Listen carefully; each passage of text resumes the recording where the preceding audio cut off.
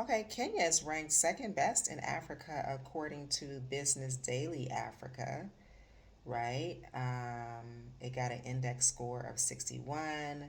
So South Africa apparently is number one in Africa. All right, so, okay, globally, Kenya's 51. Okay, in terms of healthcare. Oh, I like that.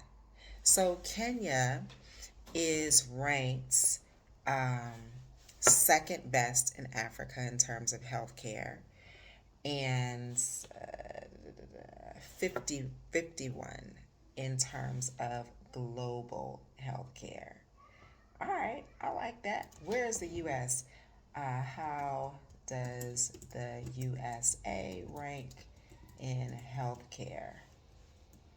Uh-huh. Globally. Oh,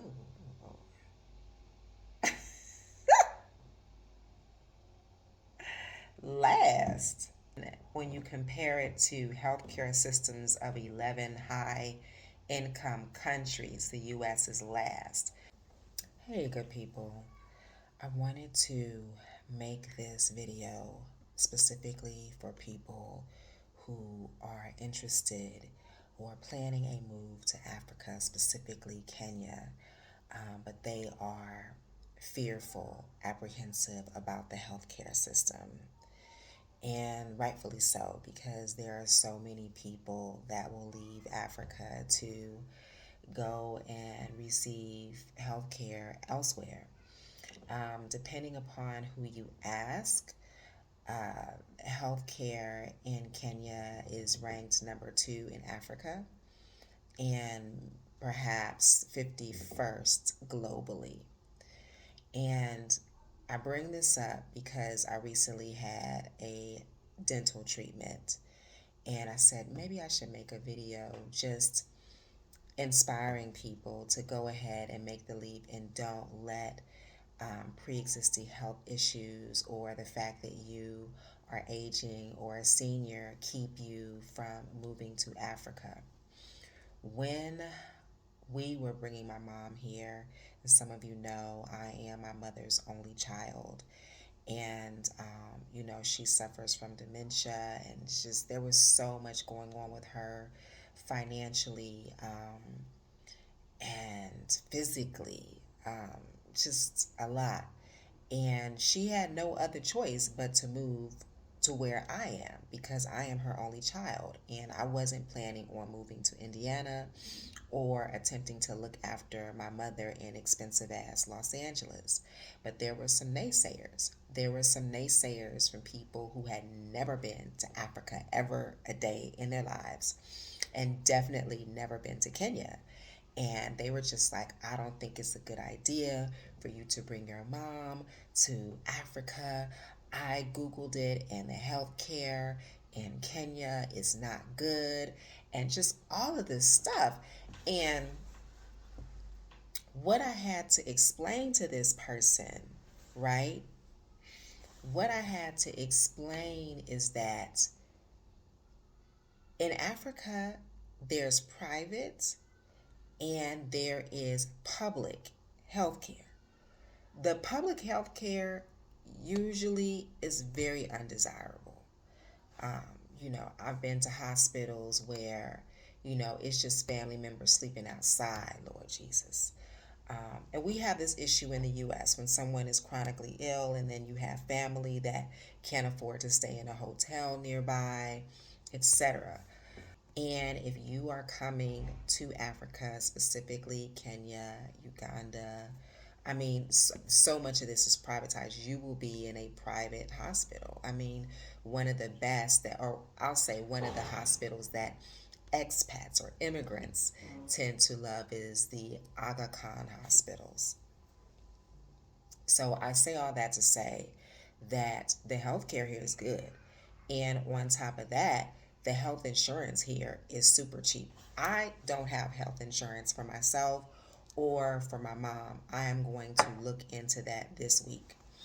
Um, but I do have health care for my housekeeper and her children, which is 6,500 shillings per year. that is like 58 US dollars per year. And she recently fainted. She was stressed and she fainted and she was taken to the hospital. And most of her bills were covered.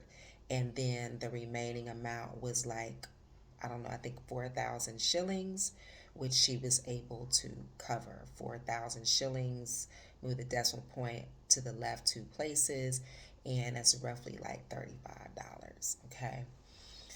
So, um, this morning, I woke up and my molar was paining me, as we say in East Africa.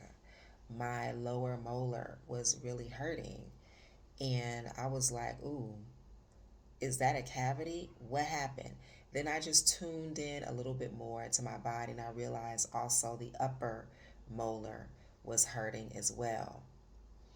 And I'm a grinder. This is the way I express my stress. Um, I've been doing it since I was a little girl. And I used to have mouth guards. But within the last 6 or so years, I just haven't been wearing a mouth guard. I think I lost one, etc. But you can kind of see I have this extra bone here. That's from the pressure of grinding. Uh, Also inside, might be TMI, but I just wanted to show you this. So when I'm walking around, I feel perfectly fine. But at night, the body keeps the score, right? And I know, like, oh, I must be really stressed because I'll wake up like with a headache. And I thought that I really hadn't been grinding my teeth since I had been in Africa. But slowly but surely, I had been noticing my lower teeth looking shorter. And I was like, were my lower teeth always that short? Anyway, long story short, I was like, I gotta get to a doctor because ain't nothing like having a hurting mouth. Ain't nothing like having a pain in your mouth. You can't think about nothing. And I did not want to risk, you know, having to have an emergency appointment on a weekend or anything like that. So I took myself to this dentist. The dentist is called Dr. Smiles, is the name of the office. It's at One Padmore Place in the neighborhood of Kilimani in Nairobi. And this is my second time going, and I highly recommend them. Um, hmm, this is a bit of a delicate topic, um, but the reason why I chose them initially is because they were in my neighborhood. But they were also recommended to me after I found them on the internet. You know how you do. You just like, I don't need to go to the dentist. The first time I went to them was for a teeth cleaning and a polish. And I just happened to meet somebody out on the street, and they were immigrants. And they were just like, oh, we highly recommend this particular doctor. Now, for those people who it makes you feel better, you will know that you should know that Dr. Joyce was educated at Tufts and a university in Oklahoma. And like when you walk in there, there's like these certificates on the wall from Tufts University in the States, Harvard, all of that. So, not that you need to be educated outside of Africa to be excellent in your field, but it also just gave me an extra sense of comfort knowing that she had been educated at institutions that I am familiar with. So here we go. We get to the good part. Um, the mouth guard was 15,000, okay? Plus the x-rays for the back molars were 2,000. So I paid 17,000 today for my visit. X-rays, the molds, and a consultation. All right. In the US, I was quoted last time, which was years ago, obviously, I was quoted 400 US dollars for a new mouth guard, which prompted me to go to the supermarket and get one of those molded, those rubberized molded joints that you boil in the pot, and you know what I'm saying, because those are a few dollars versus the 400. So 17,000. What is that? That's like equivalent to maybe $150 for a dental office that was actually nicer than any dental office I have ever been to in life. Okay? US, outside of the US, like really, really nice. And they just added a children's wing. Extremely professional, very clean, digitized, just tech savvy, great bedside manner. She just talked to me about her experiences in the US and, knew what she was doing. The dental tech knew what she was doing. So, um, the appointment, was they were on time. I did not have to wait. Got out of there quickly. My permanent mouth guard will be available. They've expedited it for Friday. In the meantime, because I don't want to wake up with this pain again, and I don't want to destroy my teeth any more than I already have. I definitely don't want to be walking around with a headache all day. I went to a pharmacy and I got this mouth guard, which is essentially like something I would buy in the US. You gotta boil it, mold it, etc. I was advised against this by the dental tech, but because I've used these before, I'm just gonna do it. And I also bought some Panadol at the pharmacy. Um, I really don't know what Panadol is, but in East Africa, it's used like aspirin, or what we would call Tylenol in the States. I don't necessarily know what's in it, but it works. So I am going to come back on here and show you the actual mouth guard from the dentist that is molded specifically for my mouth and should be very thin. I'm going to show that to you. And I will also add, we did a lower mouth guard because this extra bone that has accumulated and grown because of the grinding and the clenching at night, they were unable to really fit me properly. So I had less overgrowth of bone on the bottom, so I'm getting a lower, what we call it, a lower level mouth guard or whatever. And I will show you that. And it's in the hopes of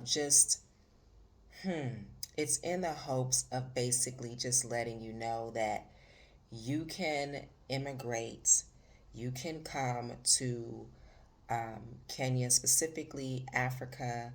I would imagine that the majority of Africa is similar. There's private and there's public. The majority of people will go to a public hospital. They will seek treatment from a doctor at a public institution, whereas people who have means will go to private, and that's just it's really just what it is. So if you have pre-existing medical conditions or you're a senior and you're like, I need to stay where I am in the US because at least I know that the health care will be good. Um, you have options. You have alternatives. There's another thing that I want to add to this video about healthcare and my experiences receiving healthcare in Africa, specifically Nairobi, because that's my most recent experience. I just want to tell you, I have had the best bedside manners. I've experienced the best bedside manners in Africa. Um, I think there's lots of reasons for this. One, the healthcare industry in the US is such a shit show. And it's really driven by money. to the point of where what your doctor only has 5 to 7 minutes to spend with any given client or patient. Um, I have to Google that, but I just remember hearing like through podcasts that it's just ridiculous the amount of time that your doctor is allotted to spend with each patient. And then when you tack on the intersectionality of gender and race, it just gets worse. I've had doctors in the US just not listen to me. They're talking to me. They haven't looked at my chart. They think I'm 20 something. Oh, you're too young to be experiencing this, ma'am. Ma'am, have you looked at my chart? Okay. I have been very specific in the US in seeking out black doctors. And usually that works out for me, but I had one egregious moment where it didn't. And the doctor had graduated from Howard University and a medical school. And, her doctor's office was in a nice neighborhood next door to my neighborhood. So we can't say, oh, it's bad. No, nice neighborhood. She was a woman. She was African American. And I could tell when I walked into her office that she just didn't want me in there. And she misdiagnosed me, and I damn near died. And then her accountant still had the nerve to contact me for payment. I said, she's lucky that I don't sue her for medical malpractice. And then oh, doctor said you don't have to pay. I know I don't have to pay. So I say all that to say that the experiences that I have had with doctors here in Nairobi specifically, whether they were Indian, whether they are Kenyan, or I don't know. I had one doctor who was of Indian descent. I don't know if she was also Kenyan. Probably Kenyan of Indian descent. I really don't mean to offend anybody. So whether they were Indian descent or African descent here in Nairobi, like they really took time to talk to me, to explain what was happening with my body. And Were kind. And that's not something that I've always gotten in the US. In fact, I can only think of one time as an adult where I went to the doctor and experienced a medical physician who was kind, had a great bedside manner, took her time with me. The other times, it was like, okay, maybe you don't have it in your personality to have a warm bedside manner. It's not necessary, but it certainly helps. My visits were rushed. I had doctors not listen to me, male or female, black or white, um, discount my symptoms, my experiences, and also because our medical industry is so driven by capitalism, order all these unnecessary tests that my insurance did not cover. And when I complained to loved ones about what I had experienced, they're like, oh, that's customary. That's normal. So I hope that that reinforces that you can come to Africa and receive stellar health care. And I also just want to reiterate, because my neighbor is a medical physician, and he's been featured on TV here, etc. You do not have to have a doctor that was educated outside of his passport country in order to expect to receive good treatment.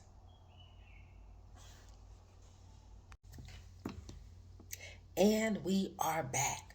I wanted to follow up as promised and just share with you about my dental experience, the final results of my dental experience. And as you can see here, I have my mouth guard, really cute little case. And I just want to say that Dental Smiles, they did as promised, okay? They said that they would expedite my mouth guard because they knew that I was in pain. They knew that I wasn't going to stop grinding. So they expedited it, and instead of it arriving on Saturday, it arrived on Friday. Also, I did not have to pay for transport. They covered transport. So, all in all, a very good experience. Now, here is my mouth guard, just like the ones that I would get from the dentist in the US. Very lightweight and it fits like a glove. See there? Ah, you can hardly see it. You can hardly see it. So it has been working. I have been, wow, it's been crazy because the Panadol wasn't working with the pain, not much. The prescription that I got from the dentist, that really was not working for the pain, not much, okay? But what did work was this turmeric tea that I was making myself with some black pepper to activate the anti-inflammation properties within the turmeric. But you can see here, it all worked out fine. Um, I'm probably still grinding my teeth, but I'm not waking up with headaches and I don't have pain in my jaw, in my molars. So I hope that this gives those of you who are on the fence about moving to Africa, specifically Kenya, because you were not trusting of the healthcare system. Now, if you are someone that has a very rare illness, rare health complications, do your due diligence and find out if there is a specialist that that focuses on that particular illness. Otherwise, you're good to go.